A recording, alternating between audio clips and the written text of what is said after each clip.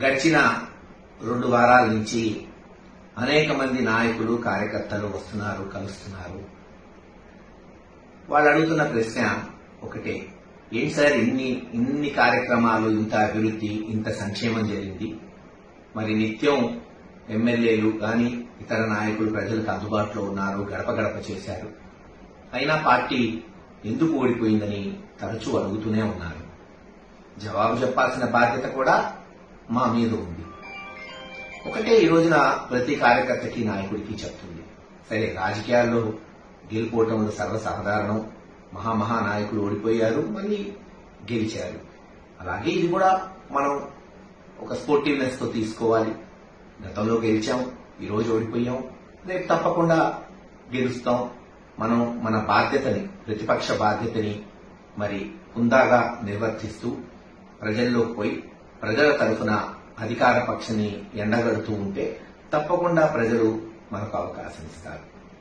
కానీ ఈరోజు ఓడిపోవడానికి సరే అనేక మంది కార్యకర్తల నాయకులతోనే మాట్లాడుతుంటే వాళ్ళు చెప్తున్న ఒక మేజర్గా 2-3 కారణాలు. సంక్షేమం బ్రహ్మాండంగా చేసింది ఈ ప్రభుత్వం, కానీ లోపాలు కనపడుతుందైతే ఉదాహరణకు మనం తీసుకుంటే లిక్కర్లో ప్రభుత్వానికి చెడ్డ పేరు వచ్చింది అనేది వాస్తవం.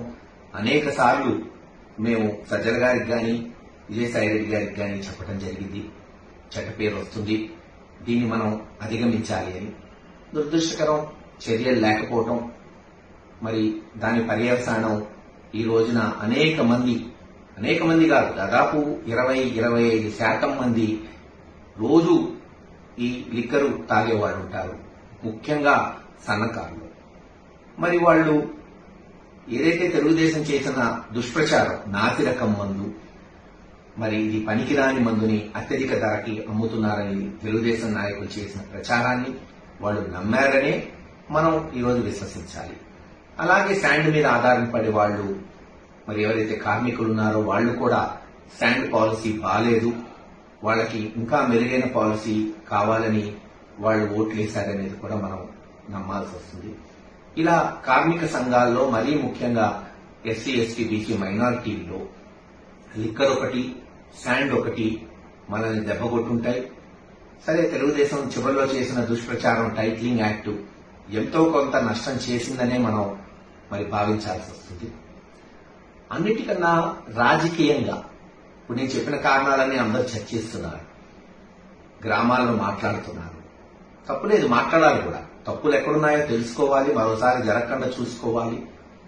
కానీ నేను ఒకటి చెప్పదలుచుకున్నా, ప్రతి నాయకుడికి, కార్యకర్తకి, బహుశా తెలుగుదేశం వాళ్ళు వింటే వాళ్ళకి ఉపయోగపడితేమో, జగన్మోహన్ రెడ్డి గారు పార్టీ పెట్టడానికి, అనతి కాలంలోనే ఆ పార్టీని అధికారంలోకి తీసుకురావడానికి 2014లో ఓడిపోయినా సరే తాను మళ్లీ 2019లో పట్టి పాదయాత్ర చేసి పార్టీని అధికారంలో తీసుకొచ్చి చరిత్ర సృష్టించడానికి కారణం, ఈరోజు మళ్లీ చంద్రబాబు నాయుడు గారు గెలవడానికి కారణం ఒక్కటే, అదే అవమానం.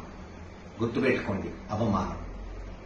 ఈ అవమానం అనేది సామాన్యమైన విషయం కాదు. అవమానమే మనిషిలో కసి పెంచుతుంది, ఆయుధాలను పెంచుతుంది, మనిషి పోరాట పటిమను పెంచుతుంది. చరిత్రలో మహాభారతాలు, రామాయణం చదివి పెరిగిన వాళ్ళం. ఆ రోజు కూడా నిండు సభలో పాండవులకు అవమానం జరిగితే పోయి యుద్ధం చేసి యుద్ధంలో రాజ్యాన్ని గెలుచుకున్నారు. అలాగే శ్రీరాముడు కూడా అవమానిస్తే సీతమ్మను ఎత్తుకెళ్లి జైత్రయాత్ర చేసి మళ్లీ సీతమ్మను తెచ్చుకున్నాడు శ్రీరామచంద్రుడు. నేను ఆ దేవుళ్లతో పోల్చట్లా, చరిత్ర చెప్తున్నానంతే.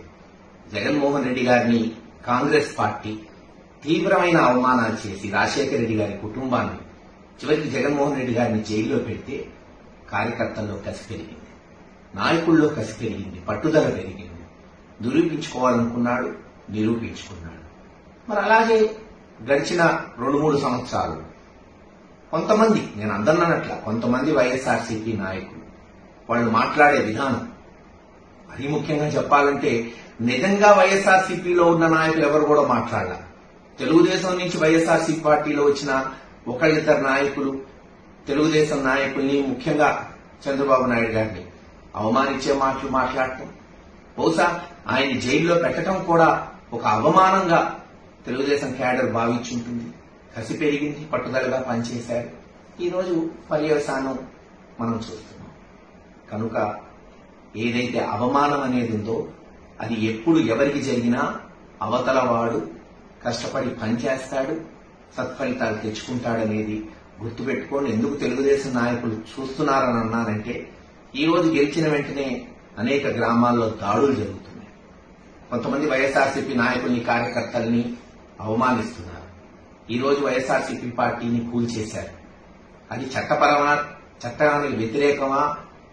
చట్టపరంగా చేసుండొచ్చు, ఇంత హడావుడిగా చేయాల్సిన అవసరం లేదు. కానీ చేసిన విధానం, మళ్లీ మీరు వైఎస్ఆర్సీపీ పార్టీ నాయకుల్ని, పార్టీని అవమానించేటట్టు ప్రవర్తిస్తున్నారు. ఆలోచించుకోండి, దీని యొక్క పర్యవసానాలు ఎలా ఉంటాయనేది. ప్రజలు మీకు ఒక అవకాశం ఇచ్చారు, అందించండి, మంచి పాలన ఇవ్వండి. ప్రజలు మీరు మంచి పాలన ఇస్తారని మీకు ఓట్లేశారు అని మీరు చెప్తున్నారు. తప్పకుండా మీరు చేయండి. ఒక ప్రతిపక్ష పాత్ర తప్పకుండా జగన్మోహన్ రెడ్డి గారి నాయకత్వంలో మేమందరం కూడా సమర్థవంతంగా ముందుకు పోతాం. ప్రక్షాళన చేసుకోవాలి, చేసిన తప్పులు తెలుసుకోవాలి, మళ్లీ తప్పులు జరగకుండా చూసుకోవాలి. ఎవ్వరం కూడా కుంగిపోయే ప్రసక్తే ఉండదు. ఈ రోజు ఏం కొత్తగా రాజకీయాలు చూడట్లేదు. ఈ ఇంట్లో 90 ఏళ్ల నుంచి రాజకీయాలు చూసాం.